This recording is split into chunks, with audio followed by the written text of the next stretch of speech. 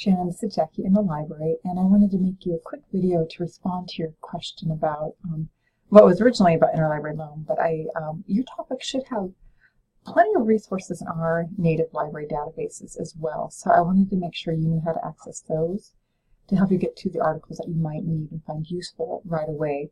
I am concerned about your ILL request. Our staff person who normally does those is out, and I was out for 2 days.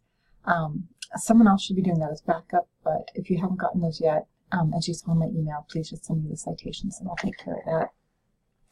So to get started with your topic, eating 5 meals a day, that's really specific. So I'm going to help you navigate that topic in our databases, because again, you should be able to find things that hopefully meet your needs in our databases to get you something that you want right away. Of course, the great thing with ILL is, if you do a search on Google or Google Scholar and find a perfect article and we don't have it, then, of course, that's what interlibrary loan is for. So I'm glad you've taken advantage of that resource. I know you already have a library card because I looked you up. So you should be good to go here. To get to the library homepage, you might already know this. I'm sure you do. Blue CC, library, and here you are. I'm going to click on our library databases, and I'm going to click on top library databases, and I'm going to focus on 2.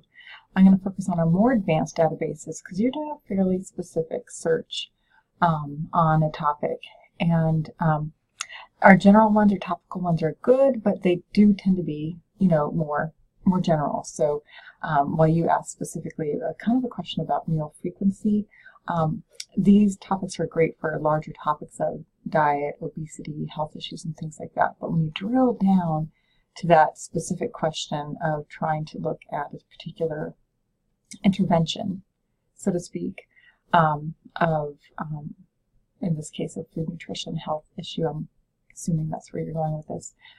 This is where you'll want to explore those a little more deeply in our advanced databases. So you probably use these academic one file. So, I actually played with your search a little bit, and eating 5 meals, again, because it's so specific, didn't yield that great of results. And so when you think about your question, there's about 3 different things you can do right on this page. One is you can obviously do a basic search, which I think I'll have us do first.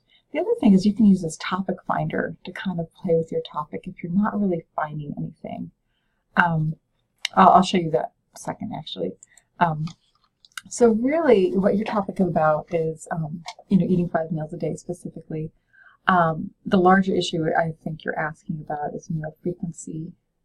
You don't really ask about meal timing, which is sometimes a question, but really kind of meal frequency, and probably then related to some sort of intervention or impact. So for example, meal frequency and diabetic control, maybe meal frequency and cancer patients, meal frequency and obesity, meal frequency and weight loss, very common questions. So it still gets that question of eating, not necessarily 5 meals a day, because it could be 6 meals a day. And if you type in eating 5 meals a day, you're going to lose all the research that speaks to eating, anywhere from 4 meals a day to 8 meals a day to 12 meals a day. So broadening that out to really kind of get to your point, which sounds like it is about meal frequency, can make a difference. So I type that in. And meal frequency, nothing's coming up, but if you wanted to at this point, you could add and health, or again, if there's some sort of intervention or connection you wanted to make with that, but you can certainly do that. So with the Gale databases, they in this case show up with the academic journals first. Those tend to be the scholarly journals. They're going to be talking about things like, you can look at this. This is a randomized crossover study on gastrointestinal and appetite hormones in patients with type 2 diabetes. Might be great, probably, really sophisticated and advanced read. So just bear that in mind. I'm curious if you use this and you just went immediately to this button. You don't have to do that. If you wanted to get to the article, you would just click here, actually on the title. And the full text is right here. It's a little bit different in different databases. So if the database that you used was Academic Search Complete, which we'll look at next, the EBSCO database, then I'll show you where to find that. That one's a little bit less obvious, I think. So again, say you wanted this article. What's kind of cool here is that there's help with your site. You can download the PDF. Of course, if you'd rather see it like that, there's citation tools. I feel like you're in a writing class. You didn't specify. So if you are in writing, of course, you will use MLA. In general, you would not include this URL. You might want to check with your instructor. Everyone's a little bit different, but generally you would not include that. And if you're in another discipline, like say you're in Writing 227, potentially, or communications or science, you would probably use APA, and then you just click there and it changes. And again, most likely you wouldn't include the URL. I have to say in this case, just to specify or clarify, you wouldn't use the URL because for your reader, this URL wouldn't get them anywhere. And that's the whole point. One of the whole points of your reference list is that your audience, your reader, can follow up on the resources you looked at to do their own further investigation. And this link won't get them anywhere because it's through a library databases and you need to have access to that. So it's not something you would normally use as opposed to just a general web or internet research you found via there, where any reader should be able to click on that and should be able to get to the link. So that's the reason for that there. So I want to show you two more other things. So again, a ton of articles, ton of academic journals.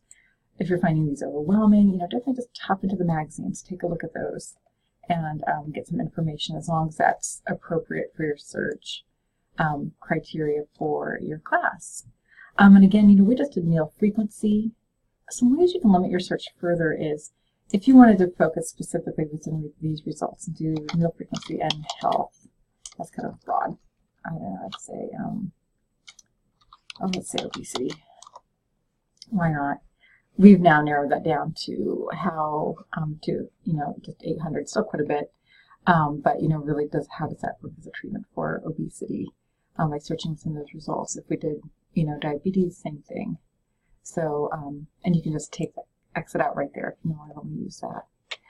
The other thing you can do is look at a certain date range. So if you want to look at research done in the last year, the last couple of years, you can certainly just click there and set past year automatically sets the limit. The custom date range brings you a calendar that you can set to whatever you'd like to see. There's also subject headings, so if you really want to look at, say, meal frequency and childhood obesity, you would click there. It would take you all 75 articles related specifically to that topic. Pretty cool. And finally, going down a little bit further, here's that topic finder again, which is it's pretty cool. I like to show people this. Again, you could have done this from the very beginning. You might remember from that first search screen, which can help you think through things ahead of time. I always vary. I prefer the wheels. It's been coming up with the tiles lately, but I prefer the wheels. That's just me. But so our search is still up here, which is just meal frequency, because I took out obesity as a limiter. But this looks specifically at, everything from, okay, I'm going to think of body weight, because that's what we think about, right? Adolescents specifically, and body weight. So if I narrow here, that would focus on the 8 articles focused on meal frequency and adolescents and body weight. If you just want to focus on body weight and not include adolescents, you could click there. It would take you to all 33 of these. If you want to look at weight loss, certainly can do that. Body fat, children, all that sort of thing.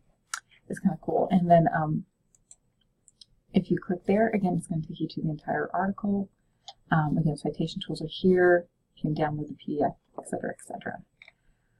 So that is that in a nutshell. This I'm hoping. I could have typed in eating 5 meals a day, but I don't know if that really is gets specifically to your point, unless you want to really certainly advocate that. Nope, it's 5 meals a day. It's not 6. It's not 8. It's not 4. And that can be a tough thing to advocate without finding specific studies that say that. I think even in those studies, you would find somebody countering saying, it depends, So just bear that in mind if what your larger point is.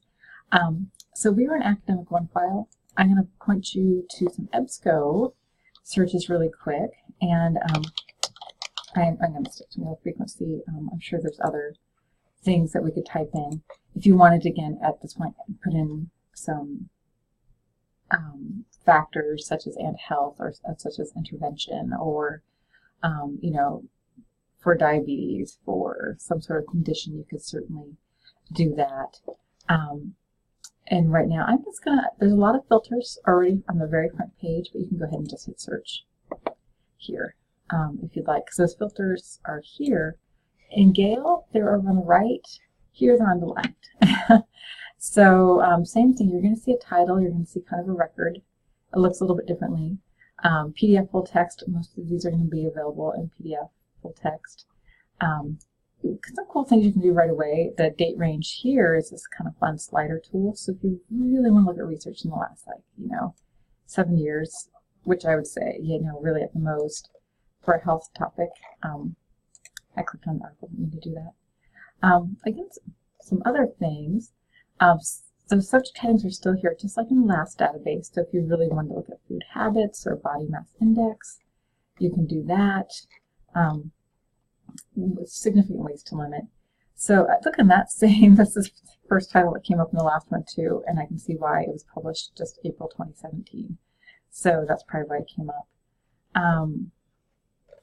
Let's see. Oh, interesting, really specifically with patients with bipolar disorder. How fascinating. Anyway, let's say, I'm just going to grab an article here. Let's say this is one you're interested in. So you can see it's a little bit different.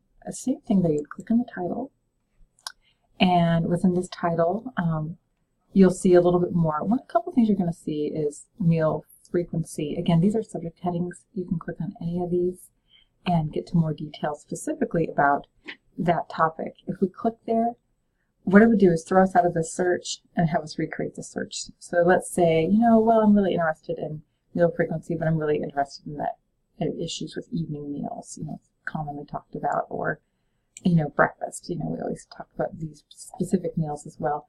You could do that and then add back in some of your search terms. So this would change your search, say, to completely evening meal. And if you had add-ins, like say, and adolescence or and obesity, you would have to add those, adjectives back into your search.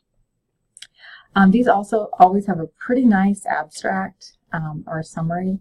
I always recommend reading that first because it's going to give you a pretty good clue if this is a kind of a good article. I can see a lot of data right here that indicates that it probably looks like they did quite a thorough job with their research. But it also gives you a sense of if you want to invest your time in reading this entire article. These can sometimes be a little bit longer. So a little bit more confusing where, we clicked here and it took us here first. To get to the whole article, you actually have to take a second step of clicking on PDF full text. And then here you are with the entire article. And so some features we have here is, of course, the entire article. You can print this. You can download it right from here. That tends to work best. If you try to download it otherwise, you often just get that first page again. So you do have to actually go in here into the PDF and download it. In fact, I'm wondering if that's what you did. That happens all the time. You can still email it to yourself. The citation help is right here. It's a little golden thing. And again, if you're using APA, there it is. If you're using MLA, there that is. So anyway, kind of in a nutshell, that's how you can play with these two databases to try and get at the topic you're looking for right now. Also, if you send me the citations, the first thing that we do before we even request articles from another institution is we look and see if we have it ourselves, because we have thousands of journals, and say you wanted something specifically from, I'm just going to type in psychology today because I don't know why, I'm sure that has something to do with frequency and learned behaviors. Oops, that's not what I wanted to do. Publications again. Down here, I always do that. You can see everything that we have in that article, for example, and that journal, that magazine. So you can see, oh yeah, the library has this all the way back to 1992 in PDF and HTML full text.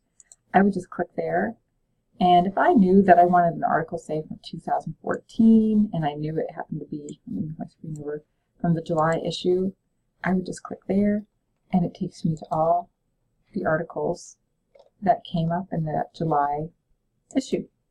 Isn't that kind of cool? And this looks like it was a, how to ask for a favor. Interesting. What's your excuse? Okay, that's what I need. Um, anyway, but again, same thing, you would click on